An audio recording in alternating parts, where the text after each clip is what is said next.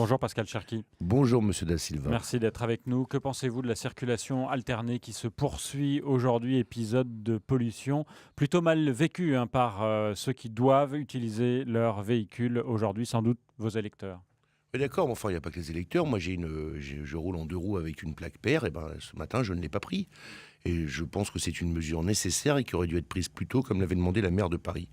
Parce que, bien sûr que ça a des contraintes. Mais il faut voir aujourd'hui quel est le coût humain, le coût sanitaire de la pollution. Déjà, je rappelle un chiffre peut-être que peu de gens savent.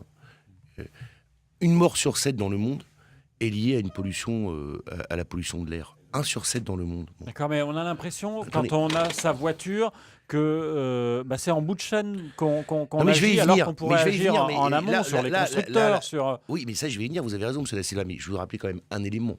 Bon. Parce que si on en est aujourd'hui à demander, comme l'a fait la maire de Paris, la circulation alternée, c'est que quand même le trafic routier est responsable des 2/3 des émissions de dioxyde d'azote et de 55% des émissions de particules. Oui, Et d'accord. qu'il y a en France entre 45 000 et 50 000 décès prématurés liés à la pollution de l'air. Bon, c'est un enjeu majeur de santé publique, qui d'ailleurs a un coût, le coût des soins médicaux, c'est le commissariat général au développement durable qui l'a chiffré, le coût des soins médicaux liés au traitement des maladies respiratoires dues à la pollution, c'est entre 800 millions et 1,7 milliard d'euros par an. Bon, donc on ne peut pas continuer comme ça. Et là où vous avez raison, c'est qu'il faut agir sur le long terme. Alors, moi j'en discutais avec mon ami Benoît Hamon, qui Que vous supportez pour cette primaire, on va y bien revenir sûr, dans un qui instant. lui proposera, parce qu'il y a des mesures de long terme. Mais allons-y, oui, soyons dans le concret. Oui, voilà, justement. moi j'en discutais avec Benoît Hamon, on en discutait avec d'autres, et qui disaient, attendez, il faut que maintenant on soit clair et qu'on arrête de tergiverser.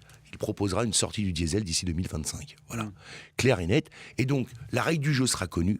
Donc les industriels devront s'organiser pour réfléchir à des transports propres. Donc ça veut dire quoi? Je prends dans le domaine, parce que on n'arrêtera pas de se déplacer en voiture. Mais il faut qu'ils s'y mettent, qu'ils investissent dans la recherche-développement pour que nous ayons des batteries, l'autonomie des batteries des véhicules électriques soit beaucoup plus importante et qu'en contrepartie, les collectivités locales et l'État investissent pour mailler le réseau de bornes de rechargement, par exemple, et qu'on passe aux véhicules électriques.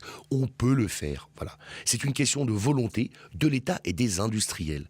Des solutions alternatives existent. Je prends un autre exemple. C'est pour ça, moi, par exemple, que j'avais combattu la loi Macron et que je trouvais que c'était de l'enfumage et que c'était archaïque, réactionnaire et rétrograde de développer les cars Macron, qui d'ailleurs font faillite actuellement. Bon, des cars polluants. Alors qu'aujourd'hui, il faut investir dans les technologies de rupture du train, par exemple. On est capable d'augmenter la vitesse du train, on est capable d'augmenter. Il faut investir dans les transports en commun. Bon. Mais justement, les transports en commun, on invite les automobilistes à prendre ces transports en commun, mais on fait quoi? Il n'y a pas une journée sans qu'il y ait une panne et des retards sur toutes les lignes. Hier, c'est le RERB qui est tombé en carafe, problème de caténaire qui continue encore ce matin. Mais parce que... Est-ce qu'on ne met pas la charrue avant les bœufs? Non, mais moi, je ne vais pas attendre que les transports en commun fonctionnent pour revoir notre pollution augmenter. C'est maintenant une responsabilité des pouvoirs publics de le faire, monsieur Da Silva. C'est la responsabilité de la région et de l'État. Et on en revient à quoi? Au sous-investissement public. Mais quand votre priorité globale, c'est la lutte contre les déficits, et pas la qualité de vie des gens, et pas la projection dans le futur, pas l'organisation de la société dans les 20 ans, dans les 15-20 ans à venir, on se trouve dans cette situation. Donc il faut changer de braquet, et on pourra en discuter sur beaucoup d'autres sujets. Mais c'est pas fini, on va continuer de discuter et on va entrer dans le débat sur la primaire, justement, au PS. Ouais, France Bleu Matin, il est 8h16, pas un jour sans galère dans les transports, d'accord ou pas d'accord, avec du concret. Venez nous raconter vos expériences, le temps perdu peut-être ces derniers jours dans les transports en commun. 01 42 30 10 10, invité de France Bleu Matin, Pascal Cherki, député de la 11e circonscription de Paris avec Noé Da Silva. Pascal Cherki, François Hollande ne se représentera pas pour la présidentielle. À vous entendre, est-ce que vous êtes déçu qu'il n'y aille pas? Non, mais je me suis déjà expliqué chez beaucoup de vos confrères. Je dis la chose suivante, je pense que le Premier ministre s'est mal comporté en empêchant François Hollande, en ne le soutenant pas jusqu'au bout, en l'empêchant de se présenter Donc la question, c'est est-ce que vous êtes déçu que Manuel Valls se présente? Non, c'est pas la question. Je pense que le président de la République aurait dû, s'il n'avait pas été empêché par le Premier ministre, revenir devant les électeurs de gauche lors de la primaire, comme il l'avait fait en 2011, défendre son bilan et faire des propositions. En même temps, il avait annoncé la couleur, inversion de la courbe du chômage. Non, mais je voilà, me ça c'est une présente, première pas chose. d'inversion, je me représente Ça pas. c'est une première chose, monsieur Da Silva. Bon, voilà, c'est après le débat, il n'est plus là. Donc de toute manière, ça sert à rien.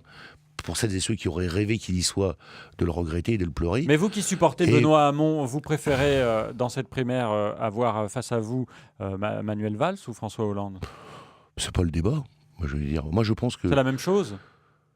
Je l'ai dit une fois d'une formule un peu abrupte, mais après on va discuter du fond. Je pense que Manuel Valls a tous les défauts de François Hollande sans ses immenses qualités. Ça, c'est fait. Voilà. Et donc je pense que Manuel Valls est dans une contradiction dont il ne sortira pas, qui est la même que celle qu'avait Sarkozy avec les électeurs de droite, M. Da Silva. Comment M. Sarkozy n'a pas réussi en 4 ans à convaincre les électeurs de droite qu'il avait changé, alors qu'il était la personnalité la plus clivante de son camp?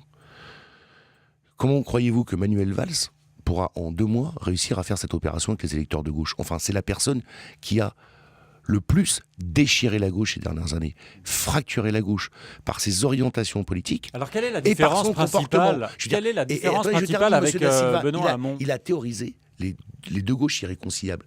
Donc comment voulez-vous qu'il arrive aujourd'hui? Il n'y a que dans les contes de fées que les citrouilles deviennent carrosses. Là, on n'est pas dans le domaine de la fable. On est dans le domaine de la vie politique réelle. Donc, son opération me paraît tellement contradictoire qu'il aura du mal à le faire. Bon. Alors après, quelle est la différence?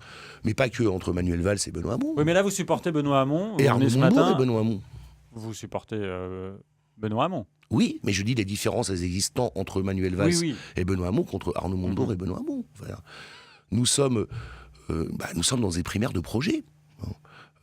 Je pense, moi, que la question, les questions centrales auxquelles nous sommes confrontés aujourd'hui sont de sortir finalement du modèle économique dans lequel nous vivons depuis 20 ans. Bon, un modèle ultra-libéral, ultra-productiviste, qui finalement est la cause dans le monde et en Europe des désordres tels aujourd'hui, qui ne permet pas d'aborder de manière progressiste la transformation nécessaire de notre monde. Voilà. Et donc, je pense que c'est cette question très importante qui va être posée dans le débat. Et vous allez vous adresser à qui? À tous les hommes et les femmes de gauche, en leur disant la droite a choisi son candidat. Un candidat qui a défini clairement une identité de droite. Il faut que la gauche choisisse son candidat avec une identité de gauche et qu'elle travaille après à son rassemblement. Vous avez fait partie des frondeurs, vous êtes encore frondeur. Non, je suis député, j'ai dit je suis un député socialiste, donc de gauche. D'accord. Si ce n'est pas Benoît Hamon qui remporte cette primaire, vous soutiendrez n'importe quel candidat? Monsieur Da Silva, vous ne pouvez pas réclamer un mode de consultation démocratique et dire je ne respecterai le résultat que si j'y gagne. Enfin, ça c'est vu, hein. Oh non, en 2011, je n'avais pas soutenu François Hollande, j'avais soutenu Martine Aubry. Et j'ai fait campagne pour François Hollande après. Je veux dire, Vox Populi, Vox Dei, monsieur Da Silva. Donc ça dépend de l'importance du nombre de votants à la primaire? De toute manière, il vaut mieux que celui ou celle qui les remportera les fait avec une mobilisation massive, et je pense que l'électorat de gauche va le comprendre. Parce que derrière, après, ça vous donne une légitimité pour commencer la campagne, et surtout faire quoi derrière? C'est pour ça que je pense que la candidature de Manuel Valls m'a l'air d'avoir du plomb dans l'aile. Parce qu'il faudra bien qu'on recommence à dialoguer.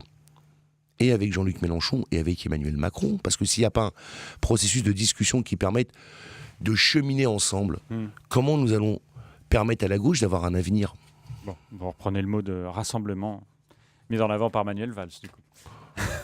Monsieur Da Silva, tout le monde est pour le rassemblement. Évidemment. Encore faudrait-il être capable de le faire. Merci beaucoup Pascal Cherki, député PS de Paris, d'être venu ce matin. On vous retrouve en vidéo sur francebleu.fr. Bonne journée, bonne campagne. Merci.